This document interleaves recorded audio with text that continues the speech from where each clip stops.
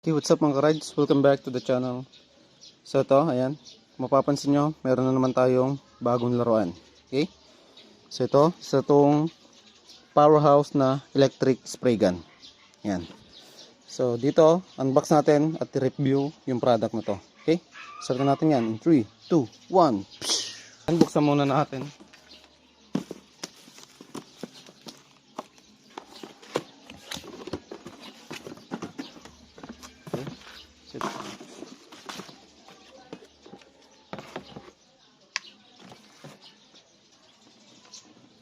Bale, isa tong electric spray gun na 600 watts. Ayan, by Powerhouse. Baka naman. So, meron siyang warranty guard. Ayan. Meron siyang warranty card. Tapos, itong pinaka-manual niya. Okay.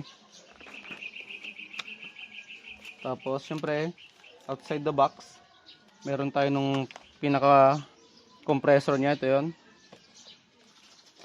Ito yung gun. Tapos ayan, ito set to. Tapos meron siyang itong pinaka panel niya na pang calibrate natin. Ipapaliwanag ko sa inyo mamaya. Meron siyang panlinis. Tapos pantusok, belt. Ito yung mga inclusions niya. Ayan. Shoulder strap. Tapos may mga nozzle siya. 2.0, 2.5, tsaka 3.0 na nozzle. Okay. Viscosity cap. Ayan. Cleaning brush, cleaning needle, tip, spanner. Okay. Sa pag-assemble, yan, kung mapapansin nyo, may groove naman to. Yan. Tapos, may pinaka-guide din dun sa loob. So, slide nyo lang siyang pag ganyan. Tapos, ganito. Then, ilak nyo dito sa baba. Okay? Then, pwede na yan. Ganyan lang kabilis sa assemble to. So, itong pinaka-hose niya, ayan. Baliktaran to, kaya hindi kayo malilito. Kung ano ipasok nyo rito sa machine, then sa gun. Okay, dito muna tayo sa gun. Ayan o.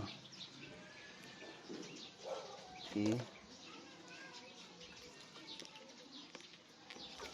Ayan. So, may guide dito. Ayan, kapag nakalock siya, tapos ito yung arrow. May arrow dyan. Okay.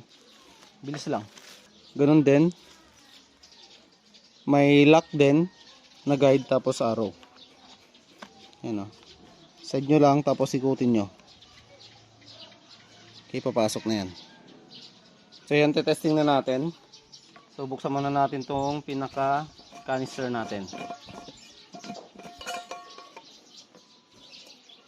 Ganito, explain ko na rin yung ating viscosity cap. Okay? So kailangan yung punuin to ng tubig.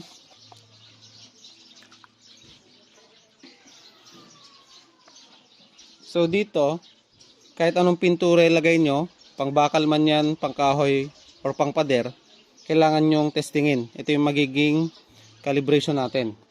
So, pag pinatak natin siya, bibilangan nyo siya ng maximum of 100 seconds. So, pag natapos yung 100 seconds, tapos naubos yung laman nito, ibig sabihin kayang ibuga nung sprayer natin. Okay? Kasing natin itong tubig, siyempre ito, matatapos to. 1, 2, 3, 4, 5, 6, 7, 8, 9, 10. Ayan. So almost 10 seconds lang, kaya niya nang ubusin yung laman ng viscosity cap natin. Pag hindi siya naubos within 100 seconds, kailangan nyong palabnawin yung pintura nyo. Okay? So nagigets ba yun? Ayan, testing natin yung buga. Dito pa lang malakas na. Okay.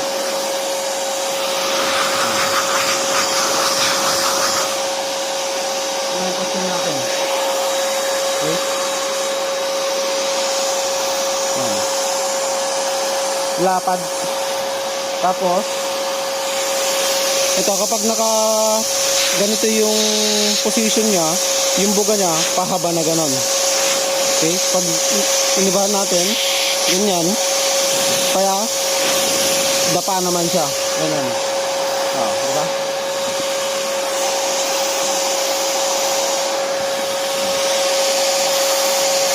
Ayan, nakikita?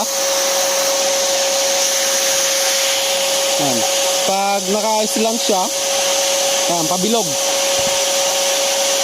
Okay? Ito, pahaba.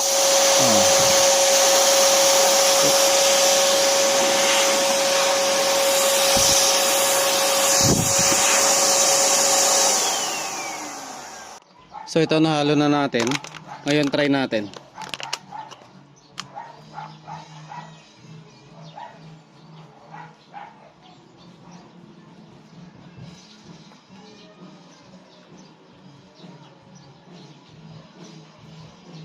Okay? So bilang tayo, dapat maubos siya within 100 seconds or less. Okay? 1, 2, 3.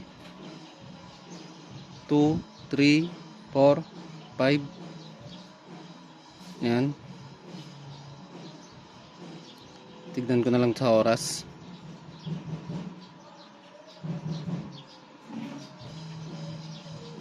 Okay, 15. Okay, 20 seconds.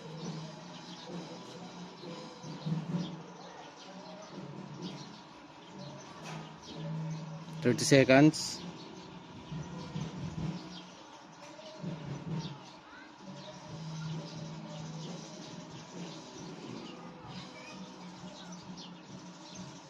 40 seconds.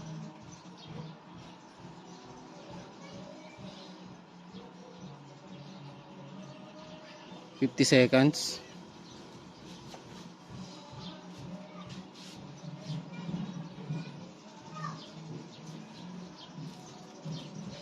1 minute.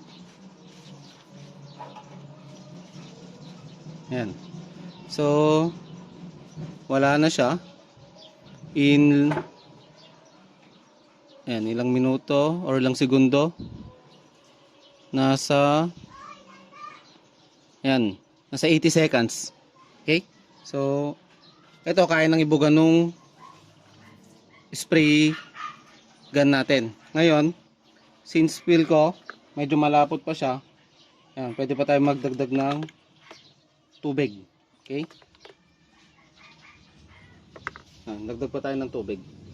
Maski kalahating litro lang.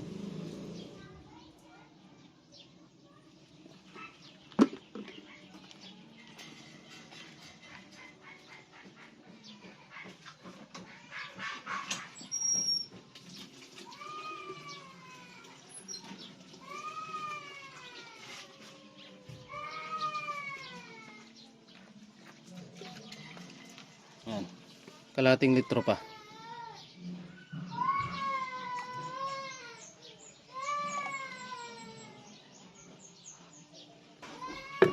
So ito, haluin na natin tapos ibuga ko mamaya. Ayan, testing na natin.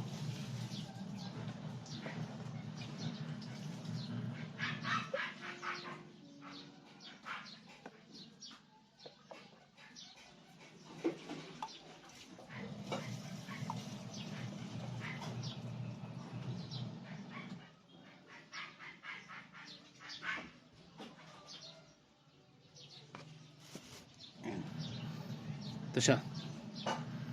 Ngayon try natin. Diyan tayo. Baling gamit pala natin. Ayan, yung 2.5 na nozzle.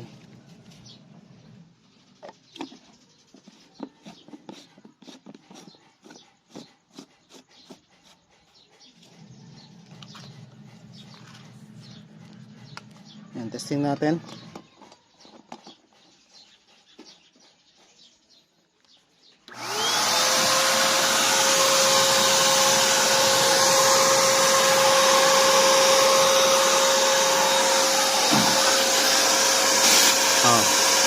Ito yung buga.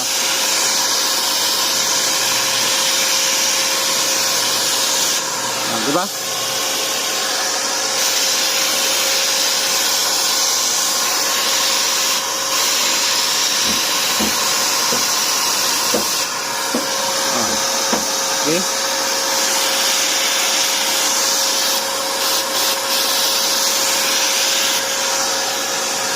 Okay, So ito try natin sa flat surface naman. Tara.